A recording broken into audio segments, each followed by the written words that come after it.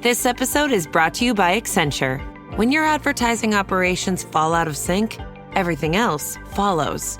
Spotify and Accenture are working together to reinvent the rhythm of ad sales, using automation, analytics, and smarter workflows to simplify campaign delivery and access better data across the business. The result? Less time spent on operations, more time connecting brands with the moments and fandoms that matter most. Learn more at accenture.com/Spotify. But you know, happiness can be found even in the darkest of times. If one only remembers to turn on the light. It takes a great deal of bravery to stand up to your enemies, but a great deal more to stand up to your friends. The ones that love us never really leave us. Working hard is important, but there's something that matters: believing in yourself. If they can do it, why not us? Hey everyone, welcome to Hogwarts, a podcast. Hey everyone, welcome to another episode of Hogwarts, a podcast. Today we're covering Brooms and Quidditch Today. Jen is back with us. Hey guys. And we are wrapping up our Quidditch Through the Ages story today. I'm actually sad. I know, right? This has been a really fun experience getting to be a little bit more familiar with the wizarding game that we all love. And yeah, these are the final two chapters. So we're wrapping it up, which is kind of crazy. Thank you for being on for all of it and all of the details and little history that we kind of dove into. It's been fun. Yeah, no, this has been fun. I like comparing Quidditch and making analogies to real world sports and trying to pick things apart. So I've actually really enjoyed going through this book. Yeah, you've always been my Quidditch expert through any time it's come up throughout the books. And now we got a whole book just on it. So this has been a very sports-centric section of our podcast, but we've loved doing it. So hopefully you enjoy these last couple of chapters. We do have a couple of shout-outs to get to before we get into it. And the first one is from Danny, who left a comment on one of our Quidditch Through the Ages episodes. And Danny says, I love the Quidditch Through the Ages book, and I love your perspectives on it. Well, thank you. Thank you. That means a lot, because if I'm being honest, I wasn't sure how people were going to react to us doing Tales of Beetle the Bard, or Cursed Child even, or any of these ancillary books like Quidditch Through the Ages or Fantastic Beasts. So to hear that you have enjoyed it and love hearing us talk about it, yeah, that's nice to hear. Yeah. It really makes us feel good. So thank you, Danny, for the comment. We really appreciate it. And Grant has left a comment here, and I believe this was on Twitter specifically. Grant says, got another rabbit hole for you. Yay! Yeah, we love it. As the length of a Quidditch game is determined by how long it takes a seeker to find and catch the snitch, do you think there would be a bigger prize attached to it if the snitch is caught within a certain time? Would that be too much like sports betting?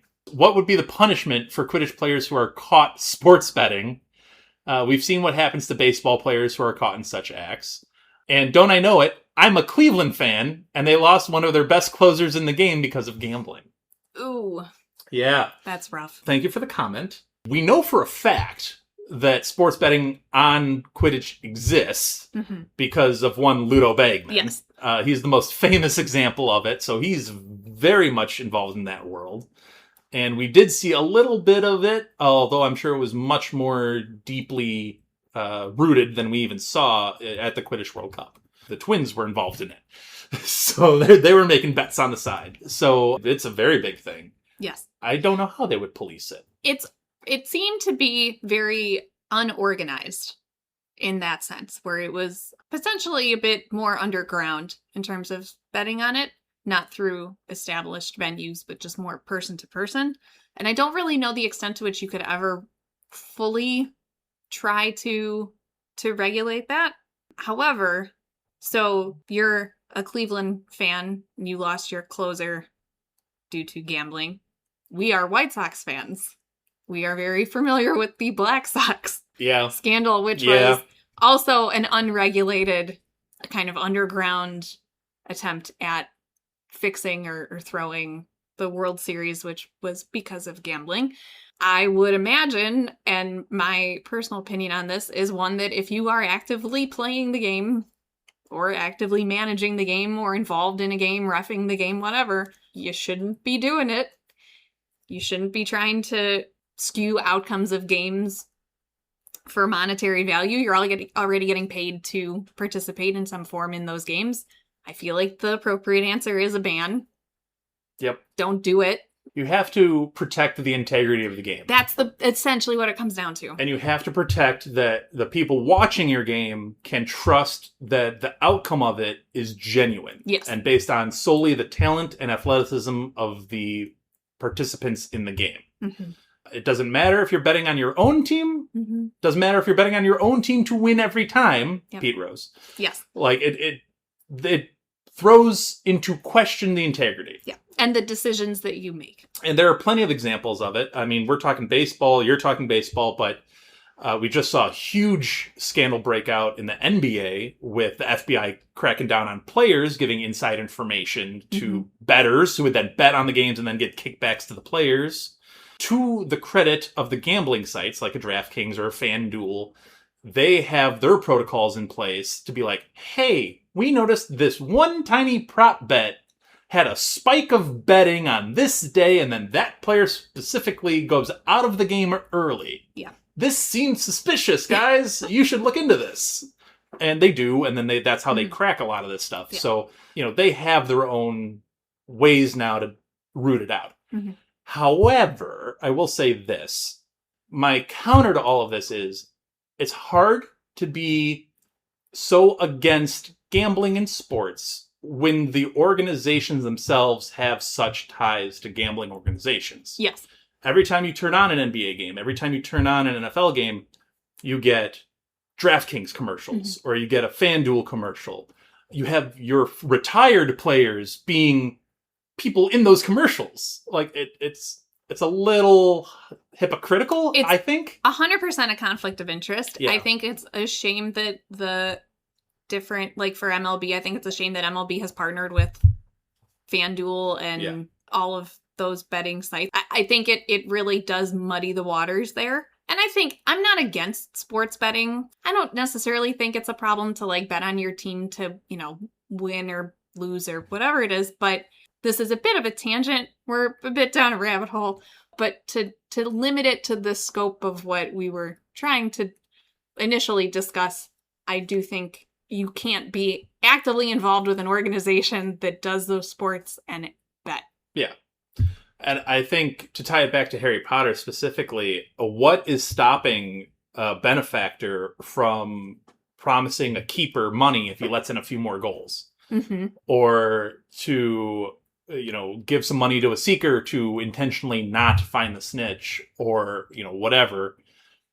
Yeah, I think that can very easily happen in Quidditch. And the way that their associations are set up, and what I'm learning about Wizarding Society through doing books like Quidditch Through the Ages or Fantastic Beasts, is that they'll notice a problem needs to be changed.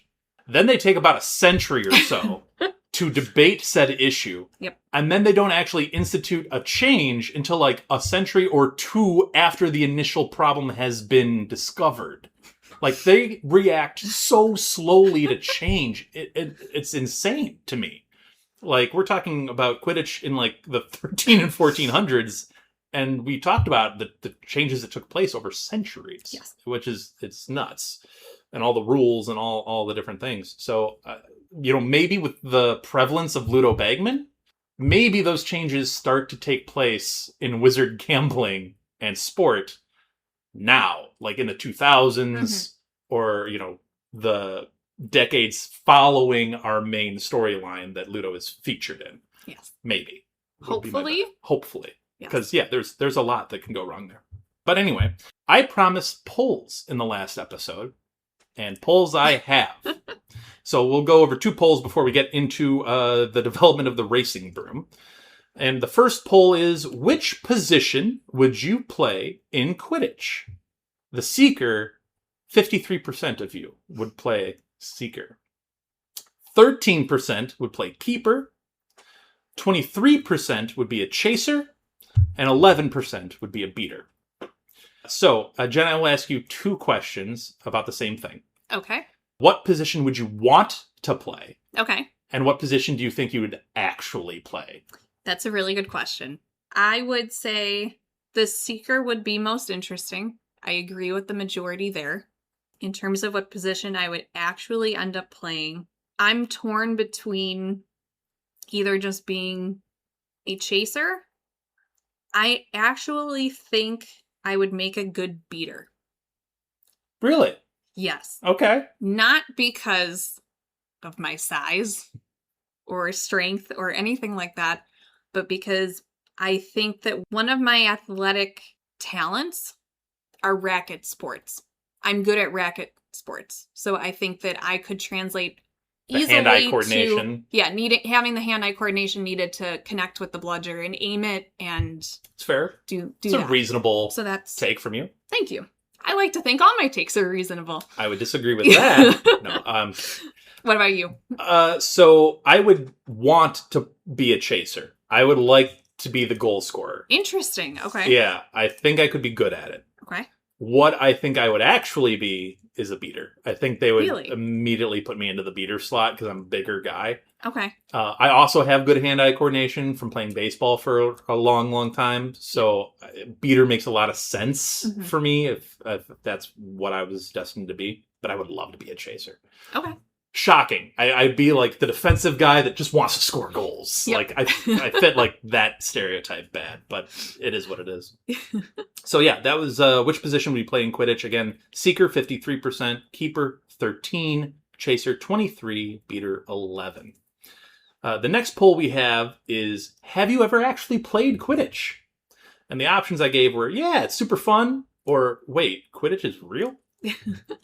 And 27% said that yes, they have played Quidditch before. I love that. Which is awesome. That's higher than I thought it was going to be. Agreed. And I love that. Yeah, 73% obviously didn't even know that you could play. Now, it is now known as quad ball. Not to be confused with our sport from the last episode in the Americas. Which was quad pot. Yes.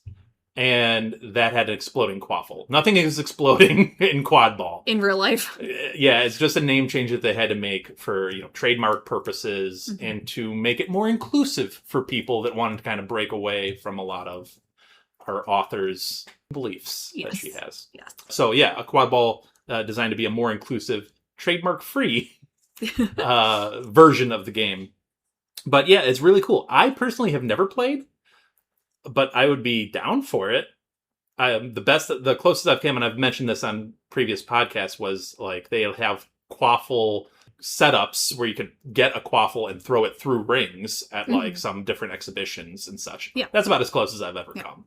I've never played it, but I'm pretty sure one of the times that I was coming back from work, I passed Lincoln Park, and I'm pretty sure I saw like a tournament going on, or at least a match. Like I'm pretty sure. I would imagine there would be something going on So there. I thought that was kind of neat. Maybe we've just completely missed the boat, and there's like a Chicago Quidditch League that we just don't know about. Probably. There probably is one. Chicago's a big enough city. Missed opportunity. You're in New York now. I'm sure that New York probably has one. I'm big sure. enough city. Central Park. Yeah, exactly. Anyway. So we will move on to the episode. But if you guys have any comments on anything we talk about, let us know by leaving a comment on any of our social medias. Twitter, Instagram, Blue Sky, YouTube. You could also leave a comment on our episodes on Spotify or on Apple. And as I just mentioned, we have polls. So participate in those polls by going to the episode, scrolling down a little bit, and clicking an option. They are up for a very, very long time. So if you missed one of our Quidditch polls way at the beginning of this podcast's existence, they're still open. So you can still vote on them. So please do. But with that, we will move on to the development of the racing broom. Quidditch played on brooms of varying quality until early 19th century, where we get the invention of a cushioning charm by Elliot Smithwick in 1820, which made broomsticks more comfortable. I can't imagine riding a broomstick without cushioning. For long periods of time, it would be awful. And by long periods of time, I mean even probably like over 30 minutes. Oh, I was going to say like 10. Yeah, well, yeah, that's probably true. Yeah, it would be very uncomfortable. Or at least like some saddle-like thing. Yeah. However, the brooms were still slow and incapable of reaching higher altitudes, even at that time. Now, we get some different types of brooms that come into play. So we are going to have broom talk here on Hogwarts, a podcast. Perfect. Bring it. How we've had teams and countries and all that kind of stuff. Well, now we're getting into the brooms of it. So, the Oak Shaft 79. Are you familiar with that brand of broom, Jen? The Oak Shaft 79. I'm not. Please tell me about it. Okay. Well, it was created in 1879 by Elias Grimstone of Portsmouth. Is that why it's called Oak Shaft 79? Yeah, probably. I would imagine it's the 79 edition. The next edition was probably the Oak Shaft 80. I'm just going to go out on a limb. Yep. The handsome broom has a very thick oaken handle. Shocking. It's designed for endurance and to withstand high winds. That's actually pretty reasonable. Yeah. All jokes aside, that's actually pretty that's pretty much what you would want. Yeah. It's highly prized as a vintage broom, but it's not very good for Quidditch. It's too cumbersome for speed, and it's less agile, which leads to more safety. Mm-hmm. So it's a safe, stable broom. It sounds like a good everyday broom. It's an everyday broom, yeah, for sure. Which is a ridiculous statement for us to make. Yes. Yes. I feel like this is our, wizarding version of car talk. Yes. Like, oh, this is a good, road trip car. Yes. Or, no, we need a heavy-duty car to, pull a boat or a trailer or something like that. This is kind of We're basically talking right now about, the Model T. Kinda, yeah, exactly. The broom was used in the first Atlantic broom crossing by Jacunda Sykes in 1935. Ships were, interestingly enough, used previously. Now, you might be asking, well, can't they just apparate? Mm-hmm. And we've had this question before on the podcast. How far can you apparate? Voldy went all the way to Albania. How is he getting to Albania exactly? Or right. How is the Weasley family getting to Egypt to visit Bill? How is this actually occurring? Well, the common question is apparition. Can't you use apparition? They say that apparition is actually unreliable over long distance. That's all they really give. They don't say how. Are you showing up in the wrong spot? Mm-hmm. Are you showing up in pieces? Yeah, what happens? What exactly is the thing that goes wrong most commonly? Maybe a combination? I don't know. Also, how I know that they say long distance, but how long distance? Yeah, what is that, what is long barrier? Distance? Yeah. What is the normal barrier for an average wizard in terms of how far they can apparate? So, interestingly enough, and I get that this is Dumbledore. So we get that example of, Dumbledore apparating from, I forget the specific, if it's either the castle or Hogsmeade. Mm-hmm. One of the two. But he apparates from there to that rock on the edge of the sea to get to the Horcrux. Yeah. Well, that had to be miles upon miles upon miles.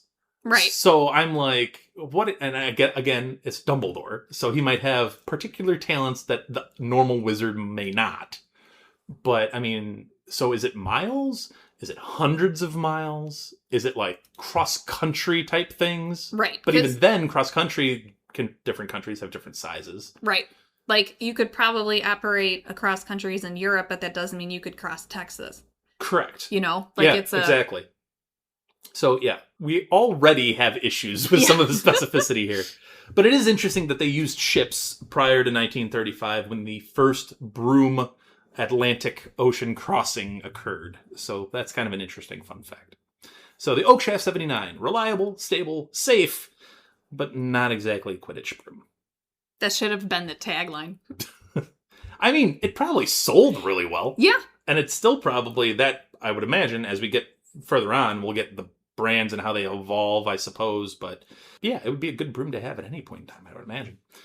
The Moon Trimmer is the next one, which is a cool name. Moon Trimmer. It is. It was created in 1901 by Gladys Boothby. It has a slender ash handle and can achieve great heights with control. However, the company was unable to mass produce them, which is a flaw in the plan. I would say that would be a limiting factor, yeah. Yeah. 1901. So if you're an enterprising person, you might want to collect moon trimmers, because if they were old and not mass produced, they Yeah. would probably be pretty valuable as a collectible broom type. Yep. But yeah, can achieve great heights with control, which sounds pretty good. So it took them 22 years between the oak shaft 79 and the moon trimmer. Yep. Now we get to the Silver Arrow. Also a cool name. Yes. Which was created by Leonard Jukes. And it was a true forerunner of the more typical racing broom. It could reach much higher speeds than the moon trimmer or the oak shift. And it could reach up to 70 miles per hour with a tailwind. Which, I mean, that is getting up there. That's fast. That is really fast. Mm-hmm. I would imagine, like, you would need some sort of face guard. Just for, one, the wind would be awful. And two, like, bugs, and birds, and other things could get in your way. And it would just not be great. No, that would be really rough. Maybe, are there spells that you could use to repel? Probably. I would imagine. However, as cool as the Silver Arrow seems to be, it was also unable to be mass-produced. So we're getting some production issues early on in broom making. But we move to a broom that we are familiar with. We have heard of this brand, the Clean Sweep. The Clean Sweep Broom Company started in 1926 by Bob, Bill, and Barnaby Ollerton. The Clean Sweep 1 was the first one really produced in big numbers and marketed as a racing broom for sport. Okay. It was an instant success, with the Clean Sweep 2 coming out in 1934 and the Clean Sweep 3 coming out in 1937. So now we have a mass-produced broom that's designed for sport, that seems to accomplish all of the basic needs, and we have mass production so much to the point that we can now pump out a version 2.0 and 3.0 in pretty rapid succession. Yeah, that's so some major things must have changed in terms of assembly for these brooms, that this broom can now be mass produced. It does kind of mimic real world Muggle cars, because obviously, you know, in the early 1900s, Henry Ford was starting to make his Model T, the assembly line. Yeah, the assembly line the differences. So mass production did take a big leap in about this time frame. Yep. However, it's a broom.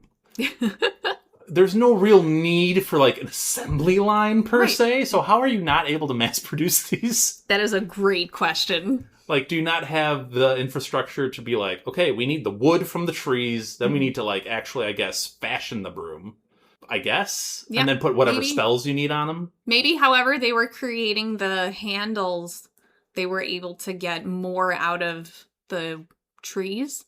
Okay, so you need to have a contract with a lumber company to obtain the wood. Yes. Then you need an expert in wood to then woodwork it into a broom. Yes. And then you need someone skilled in charms to actually put the necessary charms onto this broom. Yes. Right? Are those the three functions? I mean, I think that makes sense. So and you have to attach the, so you need the shaft, but then you also need the tail of the broom. The tail of the broom as well.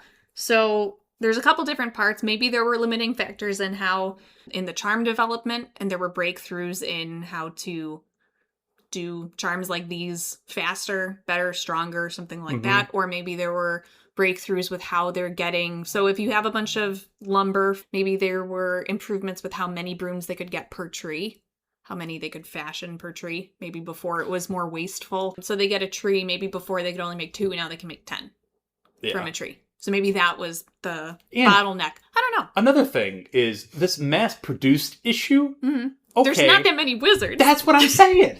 Like, we've gone through this before, too, of like, wait, how many wizards are actually in Britain? So how slow was it before? Right. What is their idea of mass producing? Especially in the early days, you don't even need to mass produce it because how many people are really trying to fly on a broom in the early stages? Interesting. I did a quick Google just to remind us of what the wizarding population is technically supposed to be. So according to J.K. Rowling, it's around 3,000 in Britain.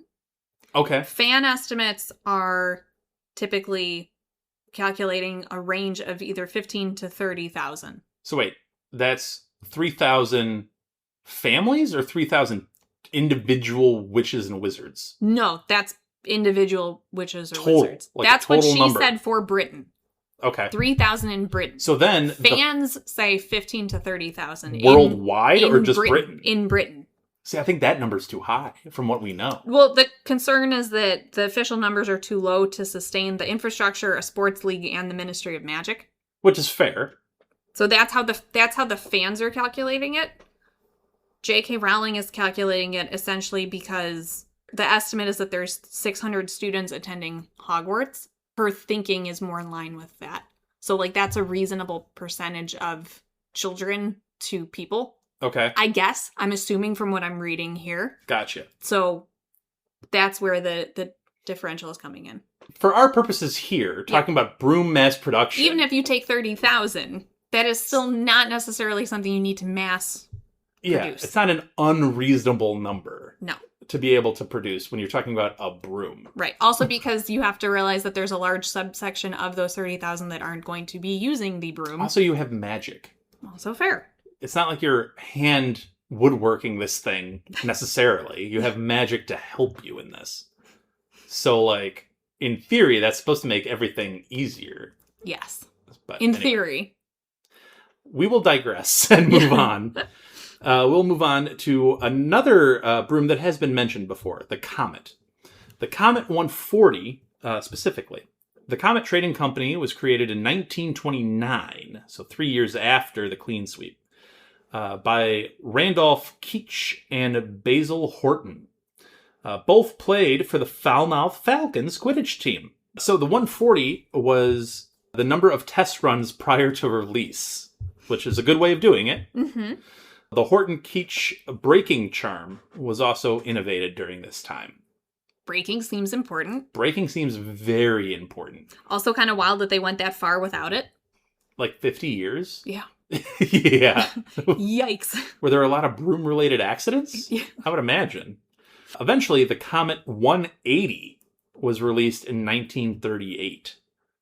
So just in 9 years, they went through 40 iterations, which is a lot of trial and error. Yes. To get what they were at least comfortable with producing. But anyway, we move on to a broom that we are very much not familiar with, the Tinderblast. Love the name. I love the name, and I would also be terrified to ever try to write it. Absolutely. Just based on the name alone. Yep. It is released in 1940, and it was produced by the Black Forest Company, Ellerby, and Spudmore. It's a highly resilient broom, but never reached speeds of the Clean Sweep or Comet. So a lot of these brooms are really like close to each other, just with like one flaw or one bonus. Yes. Ahead of the other. It's, Lots of trade-offs to make here. It's an interesting kind of like innovation war going on, which I kind of like. The Swift Stick is the next broom, created in 1952 by the makers of Tinderblast, Ellerby and Spudmore. It was faster than the Tinderblast, but eventually lost power as it was ascending. Thus, it was never used by any actual Quidditch teams. Understandable. Yeah. That would be really unfortunate if you were a seeker trying to go up in altitude to try to go get the snitch, and then you're just losing speed slowly. Yeah. Oh, that'd be so frustrating. Yeah. A lot of rude words, I'm sure, from the seekers. The Shooting Star is the next broom, and it was created by Universal Brooms Limited in 1955. It is the cheapest racing broom to date. However, it lost speed and height as it got older, and eventually it went out of business in 1978. So some interesting broom history as we're going through here. Interesting attempts at iterating on the successful model that really started with the clean sweeps. Mm-hmm. But nothing yet that seems like it has staying power. Yeah. Well, this one does. This next broom definitely does. We are very, very familiar with this brand, the Nimbus 1000. It was created in 1967 by the Nimbus Racing Broom Company. Nothing like this had ever hit the market previously. It reaches speeds up to 100 miles per hour, which is insane. Jen, how many times have you ever reached 100 miles per hour in a car? I think once. It's less than a handful for me, for sure. Yeah. Yeah, easily. Yep. Not often. No, this is not a at all. broom that can hit 100, which That is nuts. also sounds painful. Yeah, imagine trying to break. Like, how many splinters do you get? Do you have anti-splinter magic charms on this? Man, I hope so. Terrible. It's capable of turning 360 degrees at a fixed point in midair, which is also an insane, like, talk about turning on a dime. Yeah, that's impressive. It combined reliability of the Oakshaft 79 with the handling of the best clean sweeps on the market. Which is a great combination. Oh, it's a crazy combination. Subsequent models, the 1001, the 1500, and the 1700, have all been the best in their fields. We are very familiar with it because Harry was gifted a Nimbus 2000 during his first year at Hogwarts. And then Draco and the Slytherin team flew Nimbus 2001s when they tried to one-up Harry. Yep. So we get a little bit of the Nimbus in our story, which is kind of cool. But that's a lot of history on the Nimbus. It is. And again, I think in the show that we're going to get here in December 2026, we get the Harry broom for the first time. Mm-hmm. And I believe it comes in like Nimbus Racing Broom Company packaging. Oh, that's like cool. They actually made the prop of the package that it comes in. Oh, that's great. Which I cannot wait to see because I am a super nerd with that and I would love to see it. And I also want the prop. I want it. I want the box. I really do. Anyway, I'll move on. We move on to the Twigger 90. It was created in 1990 by Flight and Barker. So that's a 23-year gap between the creation of the Nimbus and then the creation of the Twigger. Mm-hmm. Which is kind of crazy. And also, really, like, you know you were born for broom making when you partner with people named Flight and Barker. Yep. Literally flying broom. Like, yep. Really? Okay. Ridiculous. It was intended to replace the Nimbus as the market leader. It was highly finished with many new gimmicks, like a warning whistle and a self-straightening brush. Which, yeah, they're gimmicks, but do I really need a self-straightening brush? And I don't know that I need that. But ultimately, it was found to warp under high speeds. Kind of a problem. Yeah, that would be really bad if you were, say, playing a sport where you had to accelerate to high speeds frequently. Can you imagine a broom warping on you? No, like that mid-flight? sounds terrible. Awful. That sounds, yeah. Start, like, skewing dangerous. to the side or yeah, something. It's bad. Nope. It also had a reputation to be flown by wizards with more galleons than sense. Which makes sense. It sounds like a very expensive broom just based on that it comes with a lot of gimmicks. The last broom we get is also a famous broom in our story of Harry Potter. And this is all per Harry Lexicon. So the Firebolt was created in 1993 by Randolph Spudmore, son of Abel Spudmore, the builder of the Tinderblast and Swift Stick. Okay. This broom can accelerate from 0 to 150 miles per hour in 10 seconds. That's insane. That is otherworldly kind of fast. Like, how would you attempt that acceleration? How do you hold on to the broom? How do you not just get flung off the back of this thing? So this is a total tangent, but this was the only thing that I thought of that I could even remotely try to comprehend how fast this thing is going, which pales in comparison. So I'm not a big roller coaster person. Mm-hmm. There's the rock and roller coaster at Disney that goes from 0 to 60 in, is it like 4 seconds? Something like that. Something like that. I felt like like when a character moves really quickly in a cartoon and they're left with like a fog or like a smoke outline of themselves, and then the smoke outline kind of goes. That's how I felt going 0 to 60. I think I would die. You left your soul behind? I left my stomach behind. Yeah. If that was a cartoon sequence, I would be on the coaster and my stomach would just be smoke and then just falling apart. That's insane. 2.5 times that, I would die. Yeah.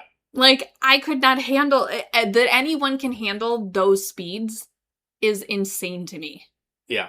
So shout out to Harry. Shout out to Harry. That is impressive. Harry was gifted one of these brooms after the Nimbus broke. Yeah. So do you think, what's your experience been like on roller coasters? Like, do you know what the fastest that you've gone? The only ones that have actually given me specific times, like they marketed themselves as something like this, have both been on Orlando. One, the Rock and Roller Coaster that you just mentioned. Okay. And the other was the Velociraptor one, the Velocicoaster in Universal. Okay. Is also mentioned to have a real fast kickstart. How did you handle those? I mean, I handled them fine. The Rock and Roller Coaster I had no issues with. Okay. The Velocicoaster in Universal was an aggressive kickstart. I also don't do many roller coasters. I'm not a huge roller coaster person. Okay. But the acceleration doesn't bother me. I get bothered by the heights. That's what I get bothered by. See, I get bothered by both. That's great. Okay. Yeah. The acceleration doesn't bother me at all. It's just the height of the coaster that gets me. Velocicoaster is 0 to 50 in 3 seconds. And then there's a second launch that goes from 40 to 70 in 2.4 seconds. Yeah. So it's a double. So, I mean, that one really has a kickstart. Mm-hmm. So, yeah, I do remember that being particularly jarring. Yeah. Again, the Firebolt does have some interesting components to it. The iron parts of the broom are made by goblins, so you know they're good. Firebolt is a rare broom in general due to the fact that there are frequent goblin strikes. As we've also gotten in some of these books, goblins have presented many problems to wizards throughout many years. Yes. And this is one of them. They have shut down broom production because, you need them to work a lot of the metal parts, and they don't want to do it. There's excellent balance, braking, and precision in the broom, making it an elite broom for Quidditch players, racers, whatever you want to do. Can you imagine doing that Sweden race that we talked about, where you're just going basically up Sweden through like dragon reservations and all that? But can you imagine doing that on a Firebolt where you're going 150 miles per hour? That would be insane. I think it's a 300-mile race. So you do it in like 2 hours, which is crazy. Yeah, that's nuts. Right? Yeah. Oh, that's insane. Do we know how fast dragons fly? It would just be really interesting if the dragons see him going by. So Harry used the Firebolt to outfly the Horntail. Mm-hmm. But I don't think he ever hit top speed on that. I just Googled this because I wanted some answers. The Harry Potter wiki says that the Hungarian Horntail was able to keep pace with the Firebolt. So that's insanity. Yes. For a creature to be moving 100 to 150 miles per hour? Thestrals can apparently fly faster. That makes sense. It does make sense because that's still a crazy number. But it makes sense in story because they flew to London. Mm-hmm. So, I guess that can make sense. They needed to do that in hours. Right. Which you shouldn't be able to do on anything not an airplane. No, they ballparked that at between 210 to 280 miles an hour. How are they holding on to the Thestral? I don't know. That doesn't make any sense. I have absolutely no idea. And furthermore, for the people that were on the Thestrals during the Seven Potters experience, I get that they had to stick behind to help fight off all the Death Eaters, but you could just ride the Thestral. Yep. They're not catching up to you on brooms. Nope, just zoom right by them. Right? Mm-hmm. That's a lot more powerful than I expected. So many questions, yeah. Yep. Oh my goodness. But again, that Firebolt information was not in Quidditch Through the Ages. That was specifically on the Harry Potter lexicon that we got that info. So that's kind of just a reference for you. But we will take a pause here, and we will come back after break and talk about Quidditch Today. We'll be right back. Before we get to our break sound, I'd like to acknowledge our friend Andy, who helps us produce our intros and our break sounds. If you want to hear more of Andy's work and like Formula One racing, check out the Outlap F1 podcast. It's your one-stop shop for Formula One news, insights, race previews, and reviews. You can find them wherever you listen to podcasts, and they even have a YouTube page. So check out Andy and Cody and join them on the Outlap. This episode is brought to you by Accenture. When your advertising operations fall out of sync, everything else follows. Spotify and Accenture are working together to reinvent the rhythm of ad sales, using automation, analytics, and smarter workflows to simplify campaign delivery and access better data across the business. The result? Less time spent on operations, more time connecting brands with the moments and fandoms that matter most. Learn more at Accenture.com/Spotify. I love magic. All right, so we are back from break, and we're talking about Quidditch Today, which sounds like a broad, super vague topic, except it's not. It's actually about specifically Quidditch moves, strategies, and techniques. So I feel like it's a little kind of a misnomer of a chapter. But It is. It also sounds like a magazine. it very much does. Yeah, so we're going to get into some strategies of Quidditch. I'm ready for this. This is a kind of a cool way to end the book. So we will kick it off with the bludger backbeat. And the beater strikes the bludger, sending it behind him. It's difficult to be precise, but excellent for confusing opponents. I think that could be a really interesting strategy. In my head, again, throughout this book, we've compared it to Muggle sports and things we're familiar with in our world. And it just reminds me of like a behind-the-back pass in basketball. Yeah. Where you're just like out of nowhere and you're just like shooting a ball behind you. Mm-hmm.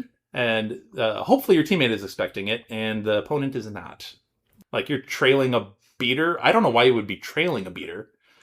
Maybe the beater is just in the middle of the action. Maybe. And just like out of nowhere, like misdirects it. Yep. Yeah, that'd be cool. It'd be great if you were really accurate with it. It would be. That would be a huge advantage. That would set you way apart. Yep. We have the doppelbeater defense, where both beaters hit the bludger at the same time for extra power, resulting in greater severity of impact. So is that they're hitting the same bludger? That's how I understand it. I don't know how they would be able to hit the same bludger at the same time. I was wondering how the physics of that would work. Does one bat hit the other bat hitting the bludger? Right, because I don't know that you could get both bats on the ball. Right, because in baseball, there's like the barrel of the bat. And if it's in the center of the barrel, that's how you get the most pop. Yeah, that's in a the sweet hit. spot, yeah. I would assume it would be the same for beater bat.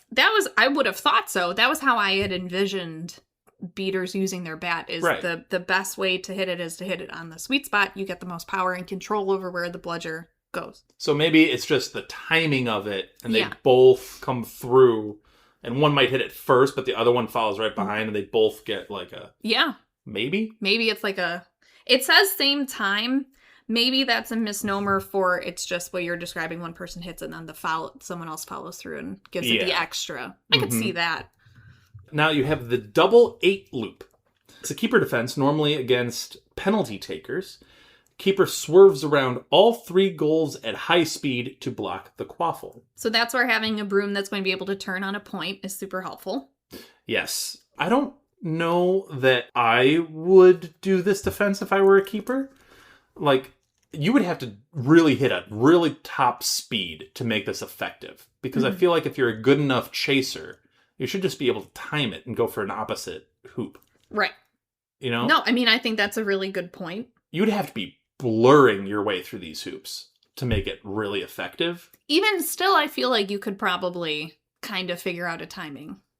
If they have essentially a consistent speed going with all of, like, as they do the figure 8 loop, and it's a consistent loop, you could probably control for that. I would try to take my penalty slowly so that they get dizzy going through these figure 8 loops. Yep. And maybe they, like, hit a pole or hit the side of the hoop or something like that, and I could just be like... Doink. Exactly. Yep. I don't know. It's an interesting strategy. I don't know that I would recommend my keeper to do the double 8 loop. Maybe it used to be more effective in the past. Maybe. Well, I mean, with the pinpoint turning, as brooms have developed, maybe it's gotten better and better. True. I don't know. Now we get the Hawk's Head attacking formation, where chasers form an arrowhead pattern flying towards goalposts.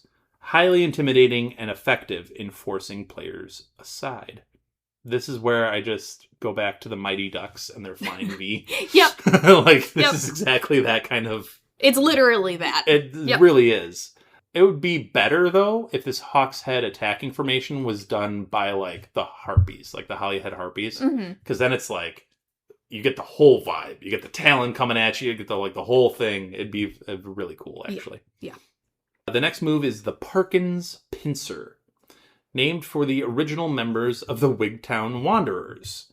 2 chasers close in on an opposing chaser on either side, while the third flies directly at the chaser. I like it. The move is one thing. Yeah. How they execute the end of this move, I would bet, is either legal or illegal. It's so if you don't move, if you're the one that's getting pinched and you don't move, Mm-hmm. do you think the other chaser is basically just playing a game of chicken with you? Do you think the other chaser flies off if they Maybe. see? Because I would imagine that this move is meant to redirect the chaser that's being pinched. Yeah. But if they get full contact, it's a penalty against the other. Right. You would think. You would think. My issue with this is I hate this move Okay. because you're attributing all three of your chasers to this move. If this backfires, They have an open. they have an open shot at goal, and your beaters have to be on it. Mm-hmm. Also, you're putting three of your chasers in a clumped area for their beaters to take shots at. Also a good point. I don't like this formation. I think it leaves you open to more than it helps. It's a very aggressive strategy. Like, what happens if this chaser that's getting pinched is able to get the quaffle out? Mm-hmm. Then you're in trouble. This and the double 8 loop I'm against. You really have to be assured of positive outcome if you're going to use that move. So, like, it has to have a high success rate if you execute it in order for it to be worthwhile. We'll see what the Plumpton pass is, because that's our next maneuver. It's a seemingly careless swerve by the Seeker that scoops the snitch up in one's sleeve. Named for Roderick Plumpton of the Tutshill Tornadoes, who employed this in his record-breaking catch of 1921. Some thought an accident. He maintained till death that he meant to do this. What do you think? Okay. Because it's up one sleeve? Yeah. Accident. 100%. 100% an accident. I completely agree. If he grabbed it and like clutched it in his fist, I would say totally on purpose. Yes. And I would give him that credit. Especially given the description of a seemingly careless swerve. Really sounds like he just lucked into it. I mean, I get this. I get how this could be a strategy. Yes, You but want to pin that snitch close. it's a very big risk to just scoop it in your sleeve Yeah. as opposed to putting your hand on it. Mm-hmm. So I get how it can be employed. Mm-hmm. In this particular circumstance, as it's invented, that I think was a mistake. So we move on to the Porskov ploy, named for Russian chaser Petrova Porskov. And the chaser carries the quaffle upward, leading opposing chasers to think that they're escaping to score, but then throws the quaffle downwards to a waiting teammate. So it's a little fake out. I don't know how throwing it downwards would help, because if you're carrying the quaffle upwards and chasers are following you, presumably behind, throwing it down seems odd, unless you're throwing it down and away. It might be down and away. But here's my problem. If you're having brooms that are going 100 miles per hour, are you throwing this quaffle faster than the broom can catch up to it? I mean, that's a good... My passes would have to be short, quick passes. Here's the thing, though. I'm not sure that they're always going at 100 miles an hour. I feel like if I had to ballpark it, most of the players on the pitch are probably going like 40 to 60, maybe. I think it's the Seekers who need the burst that are hitting 100, 150 to try to catch the snitch. They're probably hitting max speed on the just, brooms. Yeah, that's more of a sprint. I think the game itself is more of a marathon. that's fine. So if you're at, let's say, a easy 40 miles per hour, which is, by the way, still not slow when you're, out exposed. Yep, still fast. Right, still very fast. You're trying to throw something from a broom. So you're not getting a wind up. You're not getting like a little hop into it, right? You're using only your arm to throw this kind of an awkward ball to throw. It's not like a hand-sized ball. Right. So how fast are you able to throw this ball? And if you're throwing it any kind of real distance, I would imagine a broom could just swerve, kick it up a notch, and go get it and intercept. Yeah, so it's got to be a pretty short... I would do a lot of short, quick throws. Yeah.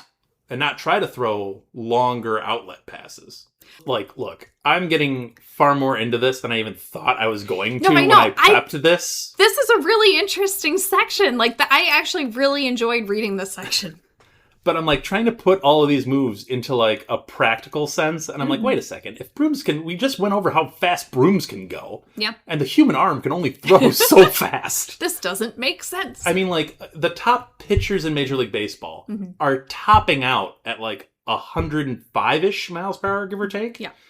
And they have a whole windup to do it. And they're like pushing themselves off of something to really give them an extra boost. Yeah. These people are sitting on a broom. I can only imagine that the answer to your question is just the physics of where the other chasers are prevent them from being able to do some maneuver to intercept that ball. Yeah, I guess. It's tough. Anyway, we will move on to the reverse pass, where a chaser throws the quaffle over their shoulder to a teammate. As with the bludger behind the back thing, accuracy is difficult. There's a lot of reverse passing in this section. But this is like the interesting bit about it is it's reverse passing, but it's a true reverse passing. Like you're doing it no look behind your back. It's not like you're looking to the side and tossing it generally behind you. It's like, no, it's directly behind you. I'm not reading it as like directly behind you. I'm just reading it as the teammate that you're giving it to is further back than you are. So it could be like diagonal. Like a lateral. Yeah. I'm only reading it as such because it says over That's shoulder. true. For that one, it's over the shoulder. Yeah. For the other ones, I was reading it more back but lateral. I'm basically envisioning like Patrick Kane level like control and like sense of where his teammates are. Because he used to do a lot of no-look passes that were to the side, or I think he did a couple behind him, but not that many. But like this has to be very hard to pull off. Yeah. You need a lot of awareness for what's going on around you. And if it doesn't work, you look very foolish. Yes. Yes, 100%. So I can't imagine that this is used often. Probably.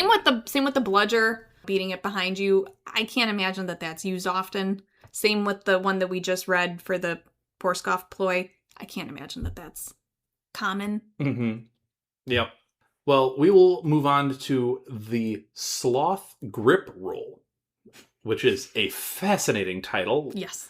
And the Sloth Grip Roll is hanging upside down off your broom to avoid the bludger, which, if I'm mistaken, Ron used quite often. Yeah. Yeah, I think he did. Whether on purpose or accidentally, he used this Sloth Grip Roll frequently. I do enjoy the name. I like that the name implies it's a like continuous roll, and the description of it just implies that you're hanging upside down. Yep. It would be hard to get back on the broom. Like, you would need some strength to, like... I definitely envisioned it as a roll of just, like, a momentum. Like, you're just turning around. Yeah. I mean, that would be great if it was that easy. Right. Do you just ride the broom until you're sitting on top of it again? How does that work? No, I envision, like... so if Is there a clear top and bottom of the broom? If the broom is horizontal and I'm sitting on the broom, and then I'm trying to dodge a bludger, I'm envisioning it rolling horizontally.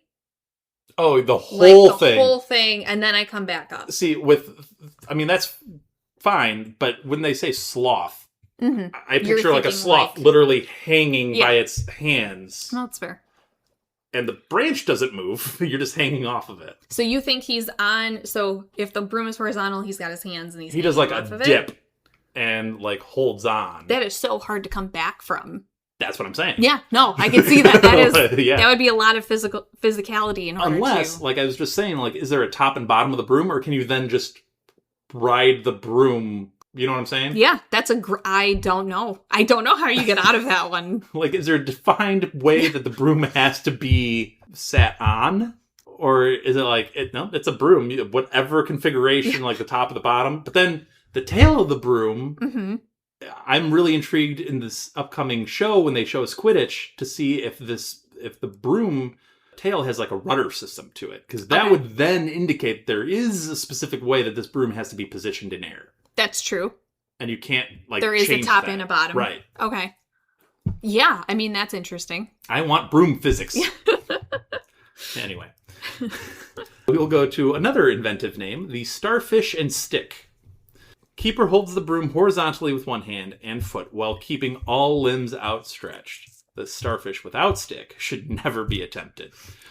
I love this image in every way, shape, and form. I love the idea of Ron just like showing some outrageous like athleticism out of nowhere in that game where Harry can't even watch, and he hears all of this like Weasley's our king chants, and it's just because he pulled out the starfish and stick to like stop a score. Would be amazing. Would love it. But yeah, starfish without stick should never be attempted. No. In what situation would you ever try to starfish without stick? You're just launching yourself off the broom? That's kind of what I'm thinking. That feels really bad. Maybe for like a lot a of last reasons. desperate, like you could see your seeker out of the corner of your eye, just like racing down to catch a snitch, and you're like, I need to protect this goal, otherwise the 150 is not going to be enough. Just like jumps off the broom. But then what happens when you come down from that? You're pretty high up. You're pretty high. Yeah, that could be a your problem. sacrifice. How committed are you, Jen, to the win? How committed are you? Are you okay with a week-long hospital wing stint? This is why I don't want to be a keeper. Fair enough. Good stuff. We move on to the Transylvanian tackle. It was first seen at the World Cup of 1473. It's a fake punch, keyword, fake punch, aimed at the nose. And it's not illegal as long as no contact is actually made with the nose.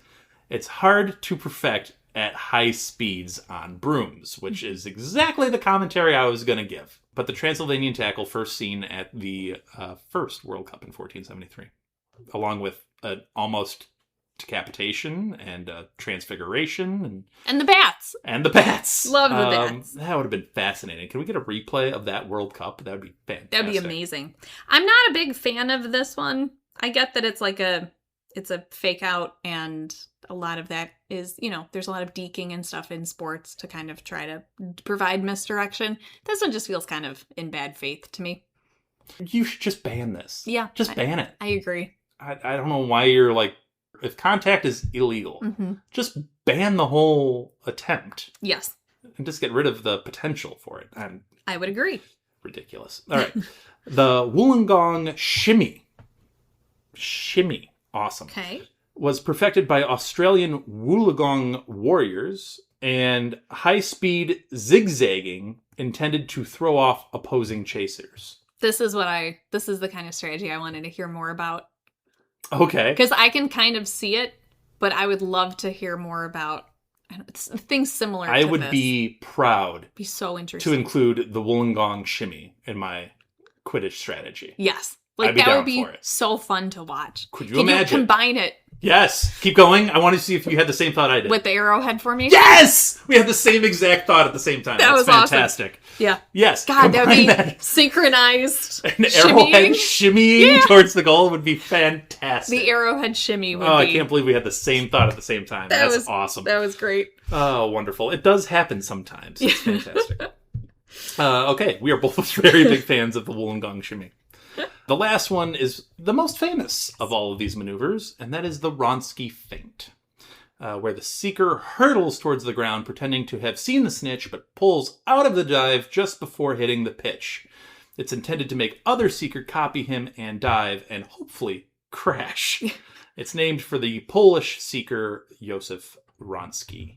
So I know I just said that I'm against things that are... I'm not against things that are misdirection. I just thought that the fake punch was a little bit mean-spirited, I suppose, or just maybe too risky for my taste. But I really like the Wronski feint. I think that's a good one. I think it's clever. I agree. There's a lot of skill and control that the seeker needs to have in order to be able to pull it off. Also, you're not necessarily directly being violent towards another player. Exactly. You are mimicking an action of the game where you're hurtling towards the snitch, potentially. Yes. So you're mimicking an action that's used normally in the game. You're not being violent or almost violent towards another player. Yeah, I think this is totally within reason and realm. So I'm cool with it. Yeah. It gets a pass. It gets a pass. So we've liked some maneuvers. We've disliked others. Clearly, we are both leaving our jobs and becoming Quidditch managers, I think. Absolutely. After this experience, I feel like we have now accumulated the proper resume, and we can, apply. Yes. We have all the requisite knowledge. Absolutely. We would love an actual copy of a rule book. That would be wonderful. We would love a Quidditch official to answer some of our questions about some of our issues. But other than that, I think we have the proper strategical acumen to be a Quidditch manager. I look forward to our first match. There you go. With that, we are wrapping up Quidditch Through the Ages. I can't believe we've actually gotten through Tales of the Beetle and the Bard and now Quidditch Through the Ages. We're plowing through some of these, so that's really awesome. Mm-hmm. I actually really liked Quidditch Through the Ages. It does get a little in the weeds with some details. Yes. Which can be a bit maddening if you're reading the book. Hopefully we've been more entertaining, telling you about all of it. But it can get a little in the weeds at times. And frustratingly, the stuff you want to know more about and learn more about, it kind of leaves some of those details off the page, which is a little frustrating. But I think it's a cool little addition to the world. Yeah. We are going to move on to Fantastic Beasts and Where to Find Them. How about that? All right. If you do have any thoughts about Quidditch Through the Ages, please leave a comment on any of our social medias. That's Instagram, Blue Sky, Twitter, YouTube. You could also leave a comment where we post episodes. So Spotify or Apple are options for you. You can also participate in the polls that we have on Spotify by going to the episodes, scrolling down, and leaving your choice as to what you want to go with. That's an option too. They're up for a very long time, so feel free to go back and participate in a poll if you haven't. And that will wrap us up for Quidditch Through the Ages. Again, join us soon for Fantastic Beasts and Where to Find Them. There's a lengthy introduction section that will probably break up into a couple of episodes, but then we'll get into the actual beast featured in the book. So we're really looking forward to it. So with that, we'll wrap it up here. Thanks for listening. We'll be back soon. Thank you for listening to Hogwarts, a podcast. If you like what you've heard, please click the subscribe button on your preferred podcasting app and follow us on Twitter and Instagram at Hogwarts a Pod.